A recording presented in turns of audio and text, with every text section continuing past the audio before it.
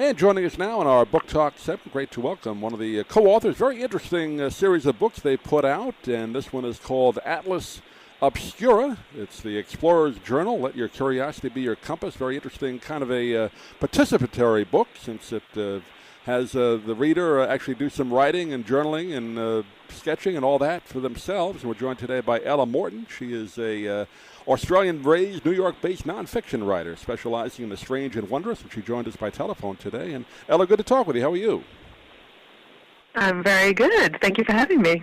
Good to have a chance to talk with you for a couple of minutes, and really an interesting book. Like I said, it's participatory, right? The reader has to actually do some work if they use this book, right? As they explore. Yes. So we came out with our Atlas Obscura book last year, which has about 600 places for you to explore.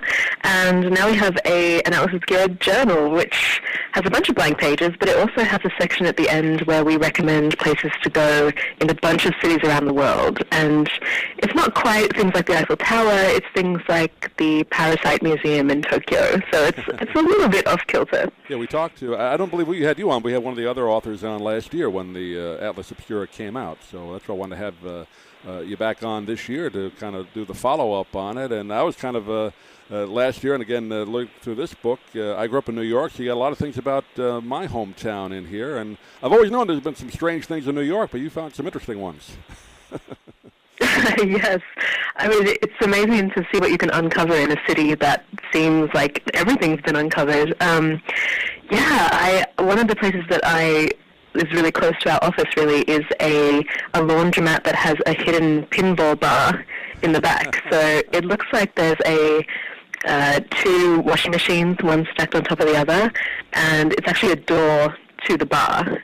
So while you're having your laundry done, you can go back, play pinball, have a beer, relax. It's in Greenpoint in Brooklyn, and I love it there. Yeah, you live there now, right? Pretty much? You live in New York? Yeah. In Brooklyn. Yeah, it's like you said, it's so big a city, so I guess there are some unusual places that they can still find in the city, but it's known for having that kind of thing. And a couple other things I thought was interesting. Houdini's grave is in New York. I didn't know that. Great magician. Yes.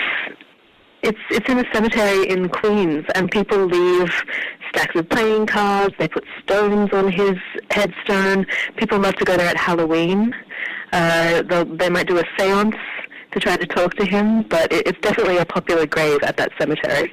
I think he said back, right before he didn't know he was going to die then. I think he died young, but he said he would come back on Halloween at some time, right? Exactly, yes, yeah. And it's approaching, so maybe you want to take a trip.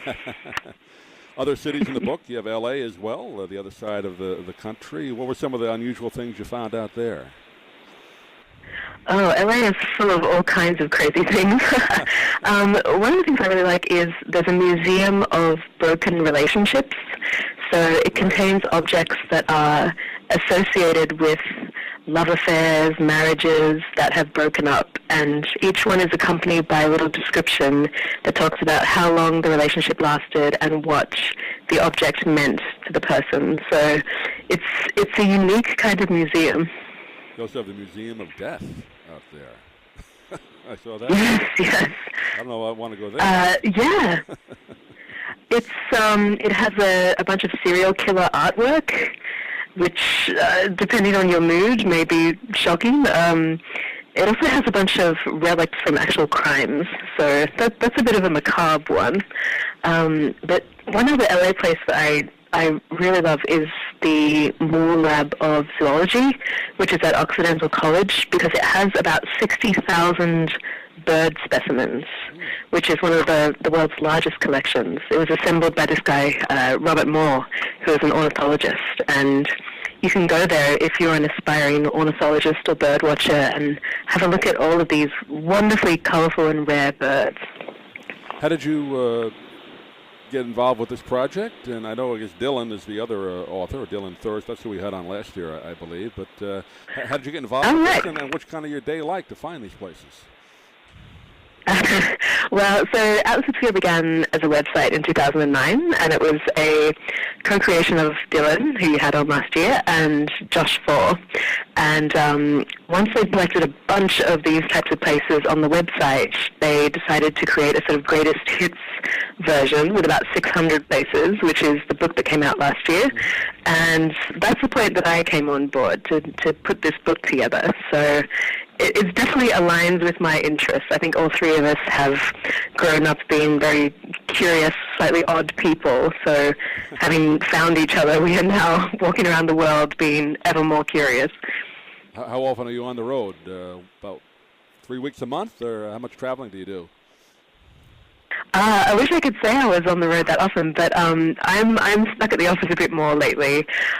We do rely on this wonderful community that we have of Atlas Obscura travelers who are out there all around the world scouting out things for us and reporting back on what they see. So unfortunately I have not done as much travel lately as I would like to, but I definitely have a list for what I want to see next. That's the job of an editor. You got to be behind a computer once in a while, right? Put it all together. Yeah, I know, it's ironic. A couple of other weird things in the book. I thought now Thomas Edison has a museum not too far from where we live in Fort Myers, Florida, and there's a sealed test tube containing his last breath. Is that an actual thing, or is that just made up?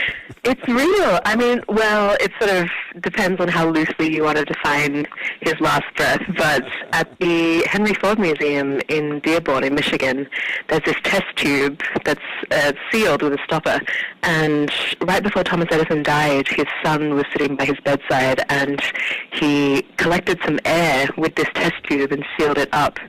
And so that's Thomas Edison's last breath, or maybe one of his last breaths. Nobody can really disprove that. It's on display. Yeah, it's interesting anyway. But can't be disproved. So it's yeah, there you go. So it is air from around Thomas Edison, I can tell you that much. Also, Galileo's severed middle finger is displayed in Yeah. I'm surprised they were able to have that. So that's another one. He died, what, in the 1500s or before? I forget when he died. Yeah, it's definitely 15th century. But the middle finger was taken from his body by apparently an admirer about 100 years after he died, and it's been in various places over the years, but now it's displayed in this science museum in Florence, and it's in this beautiful glass goblet with gold trim. So if you want to go see a relic of Galileo, that's where you can go. Well, again, it just kind of explained for the people that may not be aware of the previous book that now this is the work guide, or the journal, I should say, and again, you have a lot of information in the back of it, but you also have different types of paper in the front. Kind of explain what people can do to get the most fun out of the book, with the front part of the book. Well, I think the journal came out of the idea that we had this website and we came out with this big book last year that is not really that practical if you want to go traveling around the world, because it's pretty heavy. So we wanted to create something that people could use to take their own notes when they travel, when they go out and seek their own wonders that they can then tell us about.